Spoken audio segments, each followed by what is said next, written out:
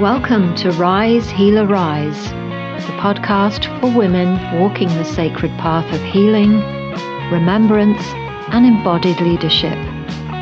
I'm Sarah Estelle, a nature-based business mentor, flower essence educator, founder of the School of Gaia, the Star of Gaia Priestess Pathway, and the Gaian Business Academy and Moon Flower Essences. Here together we rise through the wisdom of the earth, our bodies, and the stars. Whether you're called to deepen your healing with flower and vibrational essences, reclaim your feminine gifts and priestess lineage, or build a soul-led business that honors your cycles, this space will meet you where you are and invite you to where you're going. Each episode is a transmission and a tool woven from nature's rhythms, sacred strategy, and lived experience, designed to root you in your truth and guide you forward. Because your work is not separate from who you are, and your rising is the medicine this world has been waiting for. Rise, healer, rise. A big welcome, Michele, to the Rise, Healer, Rise podcast. Thank you for joining me. I'd love to begin today by talking about your brand new book, which is called Enough. What led you to write the book? How it came into being? Wow, yes. It's the kind of, I hadn't planned on writing a book. Let's start with that. I wrote a chapter for a women's compilation. Every woman was writing a chapter to sort of summarize some transformation or change or growth within their life. And I just submitted my one chapter.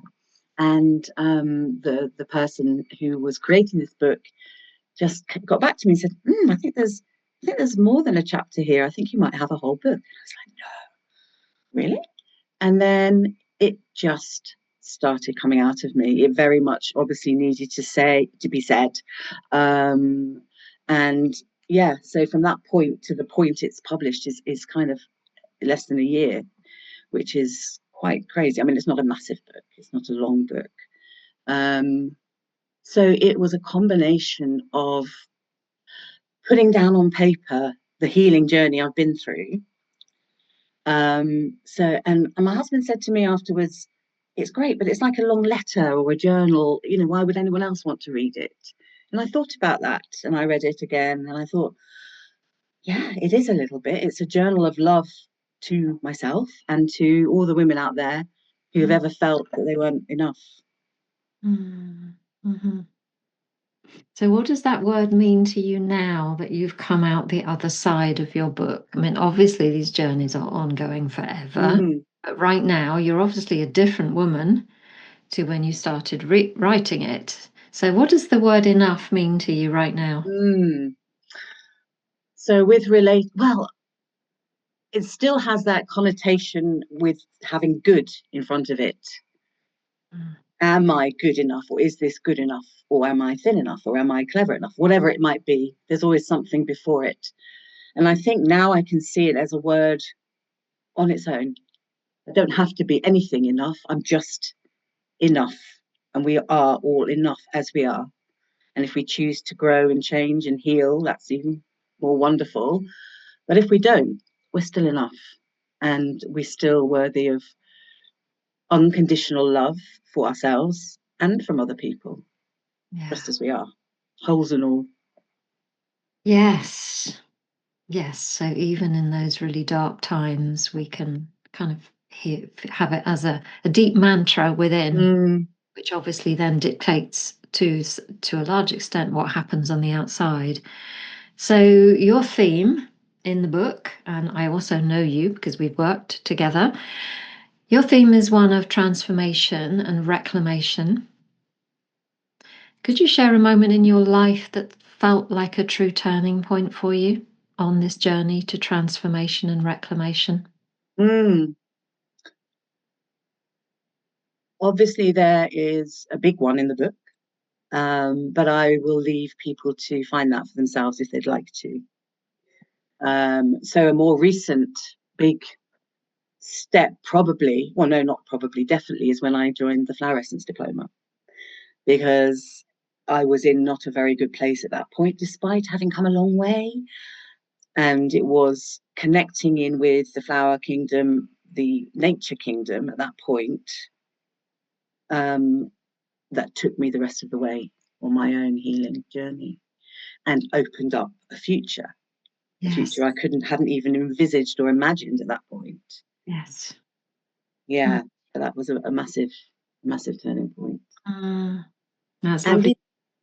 And even just the fact of completing it, because I know that I'm not the only one, that we have great ideas and we start courses and trainings and all these wonderful things, but it's very hard to see something all the way through to the very end and then feel, oh my goodness, now I can see why I did it and the growth that came from it. And that and the flower essence journey took me 2 years, and it was really hard at times, and I stuck with it, and it changed my life. So yeah, powerful.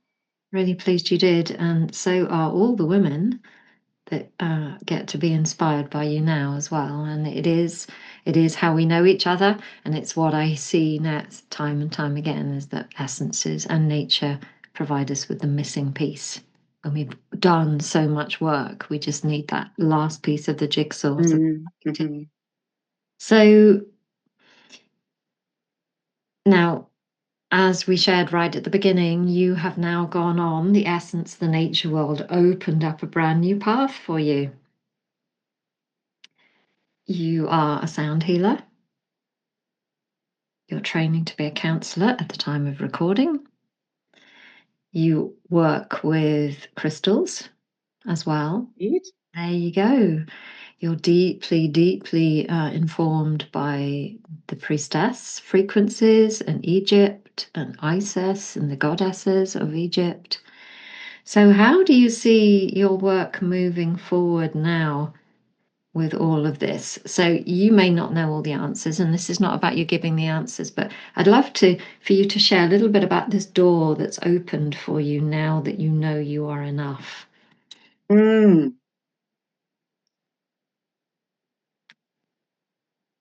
It's a very interesting question, actually. I think all the learning and using the different modalities and finding out about them helped with my own healing and my own building of my confidence and exploration, and putting all those pieces together, held within, well, I call it nature temple, so all my work is all often outside and with trees. It has opened up the ability to be able to then work with other people. So because we can just do all this work for ourselves, and why not? But it's now opened up another way, which I hadn't expected. I hadn't expected to be then working with other people with this. And the final bit, I suppose, really, because I had all of these wonderful things around me to work with, is the counselling training.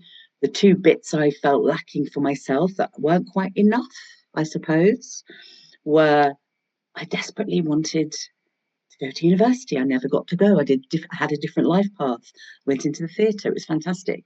But that little bit of me went, I wonder if. And I wanted to be able to hold people's trauma and deep emotions very safely, because people were drawn to me bringing this.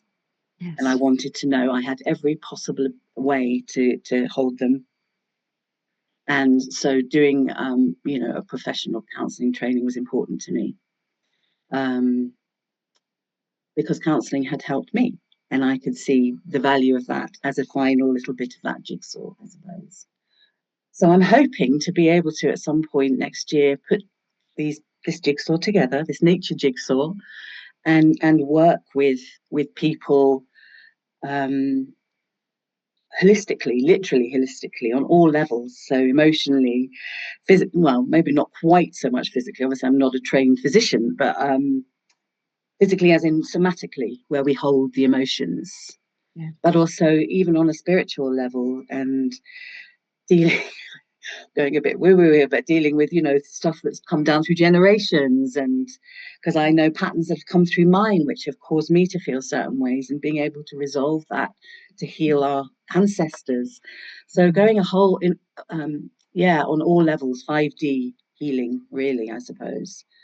Well, it sounds quite exciting when I actually say it out loud.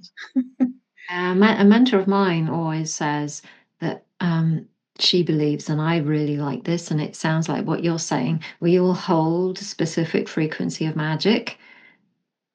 And if we own that, if we are enough with that piece of magic, then when we work with another, that person also has their magic, even if they don't believe it at the time. They have. But when you put these two pieces of aligned magic together, wow, everything grows. So I'm really seeing that for you going forward. That's it. That's the exciting thing with the right combination. Like when I worked with you and, a few other people, it's not that you did anything to me to make me heal or better or enough, but you facilitated that growth and magic to come out and supported it. Mm-hmm. Then it kind of that's how it works, isn't it? And so it's not fixing people, it's allowing them to blossom. So both of us have a love of oaks. And I remember it's one of I actually think the oak tree got us in touch in the first place. I think trees do things like that, and that is a bit out there, but I see it again and again. And your website is called Wild Oak Wellbeing.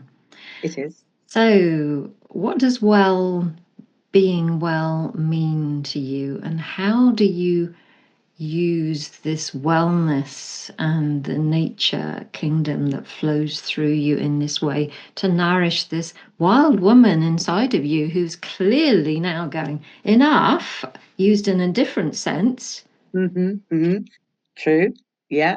Enough of all the bad thing, not bad, it's labeling it, but the methods and the techniques I used to use to cope with my emotions or to numb my emotions or to avoid having to deal with things.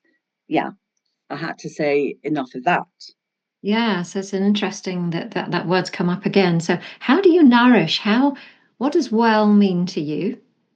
And how do you nourish that wellness?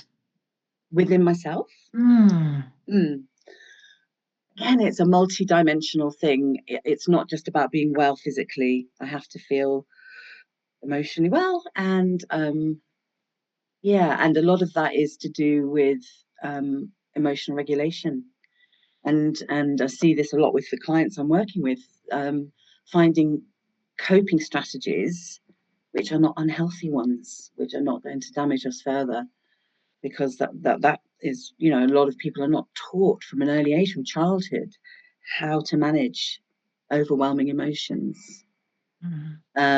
So now I have literally, I would call it an energetic toolkit that helped me with that.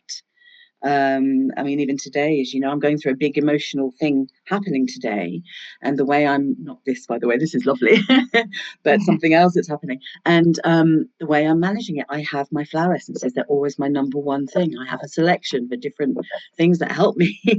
I have some crystals. I have my sound meditation, my bowls, and all of these things together. Again, it's holistic. It's coming from different angles, different vibrations, to put me in my best possible place to deal with life. I think that's what it is. Yeah. So being well is allowing yourself to be supported, knowing you can't do it on your own. Because I ran that program big many years, and I still can sometimes, that we need support, and that the support can come from the human realm. So this is your counselling, your trainee counselling piece.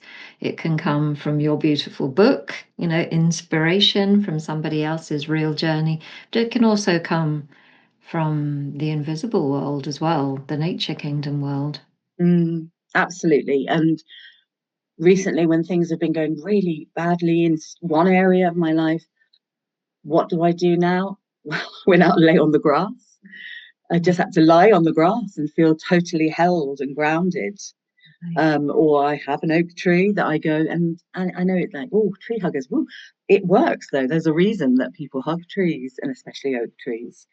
And I mean, people nowadays are much more aware of the power of nature. Just even looking out the window can help regulate and calm us. So just going out in there, that's what really helps. So I'm hoping that when I do, even if I'm just doing counselling straight without any other therapies in the future, I'd love that we could sit by a tree or sit. So we've got that. You've got the nature healing happening before anything else is even started, and that works for me. I think as we move into this brand new earth, whatever people want to call it, everybody, whether they're kind of spiritually oriented or not, we can feel that the earth is changing, our world is changing, and we're having to move with it.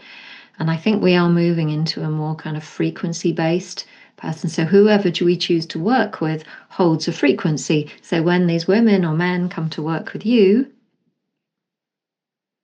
in the counselling space, they're getting all of the transmission of the oaks and nature coming. Absolutely. And I think the other thing to say is there's a part that can seem a bit too, and what I don't ever want to come across is as worthy or too, trying to find the right word. I'm no saint, put it that way. I've still got lots of things that need working on, and one of the other things that have got me through everything is humour. So just thinking back to the book, it's not a book about, oh, poor me, look what I've had to suffer and blah blah. It's not that at all.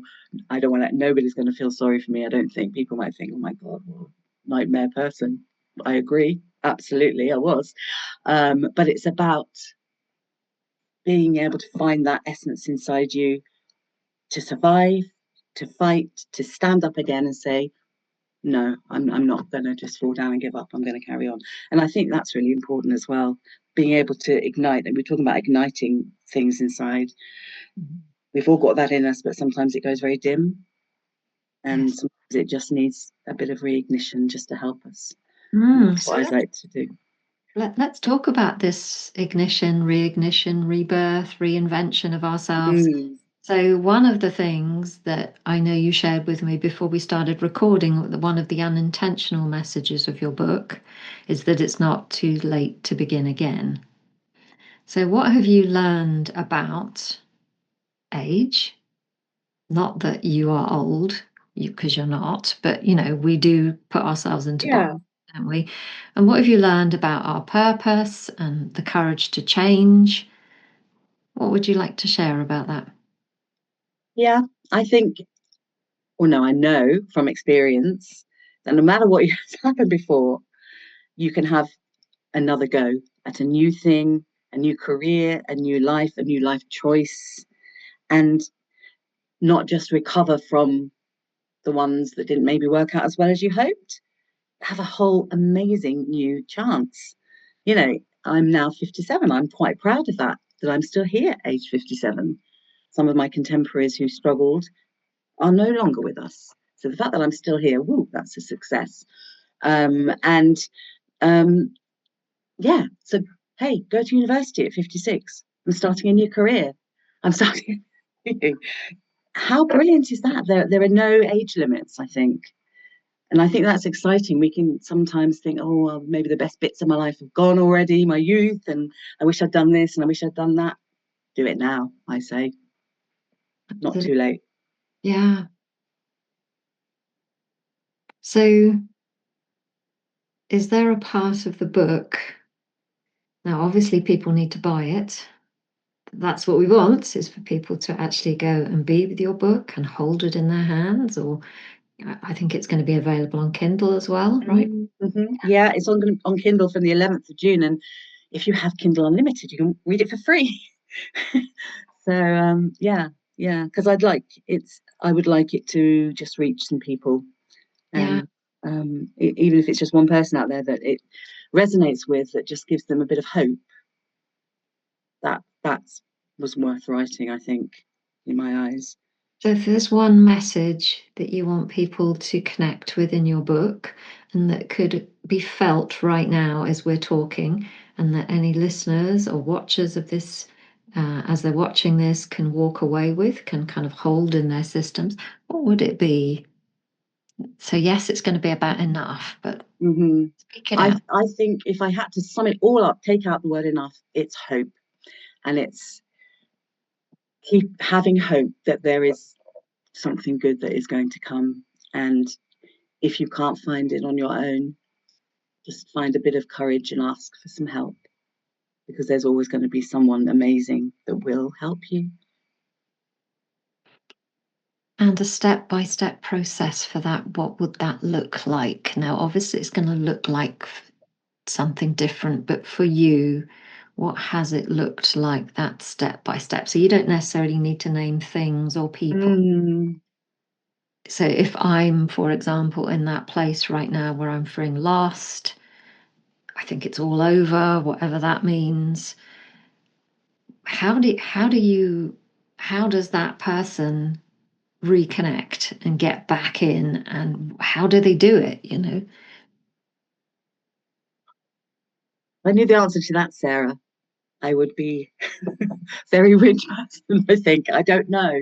I only know how it worked for me. And it was being able to ask for some help from someone somewhere, whether it be a tree, whether it be throwing my crystals down, whether it be, you know, a part of your religion, if you're religion or spiritual, just recognizing that you don't have to go this whole life fighting on your own. And if you can come out of your thinking head and connect in with your heart and allow that to just open and reach out somewhere, there will be someone else's heart that will reach yours and they will step forward and help you. And I believe that. That's very beautiful. So what I hear from that is that this heart energy that's available to us could actually be a physical person, it could be a nature being, but it could also be literally a feeling of not being alone. And for some people that might just be, you know, who can't get out or whatever reason, might reach out online or something like that. But I think it's reaching out through the heart and not just trying to think your way out of it, because that's where I got stuck, because it didn't make logical sense what the situation I was in. So instead, you need to just find your way. I mean, we all know in flower essences that everything comes down from the heart, really. So yeah, it's hard. It is hard to put into words, isn't it? This is why I can't give a prescription or a recipe. No, of course you can't, because you would need to be with the person and let their magic inform yours and vice versa. Exactly. So one thing that I've learned myself and through facilitating work with others over the years, and I'm sure you have found this too, Michele, is that very often when we do go into our heart and it's not a place we've been before, very often, I know for me it wasn't, everything comes up. So the tears, enoughness comes up, and we feel, oh my goodness, I'm going to lower the vibration of another person, even if I dare to say it out loud. What would you say about that? Because I hear it so often. Oh, I'd rather not say this in a community, or I didn't say this before because I didn't want to lower the vibration, because this is actually how I feel. But you and I both know that feeling it is the key to moving through it. But so and it's a hard key to turn in a lock. It is a very hard one. I would say, if I just think to the sound therapy work I do and entrainment and vibration. Yes. So if your vibration is low and down and dense and lost, but you reach out to somebody who isn't, or a group who has a higher vibration, who are feeling higher, your vibration will be lifted. You won't bring them down. It'll be the opposite. I think, because that's scientific. That's how it works. Yeah. So it's So going into our heart and feeling it, which is, I think, potentially where we're going here. In order to be enough, in order to connect with this enoughness, we have to feel. We do. And we probably feel the light and the shadow, and both are needed. That's true. And that's possibly, I think, the hardest part of life, is allowing yourself to feel these emotions, which can be utterly agonizing and overwhelming. And we spend much of our time numbing them or internalizing them, and then they come out somewhere else in a different way, in anger or with something else, or fear. So being able to, I think one of the most powerful things a person can do is to feel an emotion and sit with it, whether they need, even if they're sitting with a tree and I have one of my dogs here, a dog, an animal, but to be able to just sit and feel that emotion is very brave. Yes. But the only way you can heal is to do that. And is that one of the facets, do you think, of being enough? It's just allowing ourselves to feel, and even if that's feeling on a bad day, that's enough. And accepting the fact that all the bad feelings and the bits we're not keen on of ourselves, they're all welcome too. They're part of us too. And sometimes the little bits of us that we don't like very much, those parts, maybe they develop to protect us in some way or help us. So that's, the whole of us, all of us is needed. And some bits are harder to look at than others, but absolutely. Well, thank you, Michele. So I really hope that people have enjoyed meeting you. In fact, I know they have, and that they will now go and find your beautiful book, Enough. So tell us, for anybody who wants to go deeper with your work, tell us where they can find your book, where they can find you, etc., etc. So yeah, the book is on Amazon from the 11th of June, the Kindle version. I chose the 11th of June because it's a Sagittarius full moon and great powerful energy, and I have a Sagittarius sun sign, so I thought, yeah, let's do it with that. And then the paperback's launched on the summer solstice on the 21st of June. So yeah, and my email and everything is on there if anybody wants to reach out. I would love to hear from you, speak to you. You don't have to buy anything from me. You can just have a chat, and I'm here. I know what it's like when there isn't anyone that you can talk to. So I'm happy to be that person if somebody just wants to talk. That's beautiful, Michele. Is there any message that's coming through via your book that wants to be shared before we say goodbye? From the Enough fields.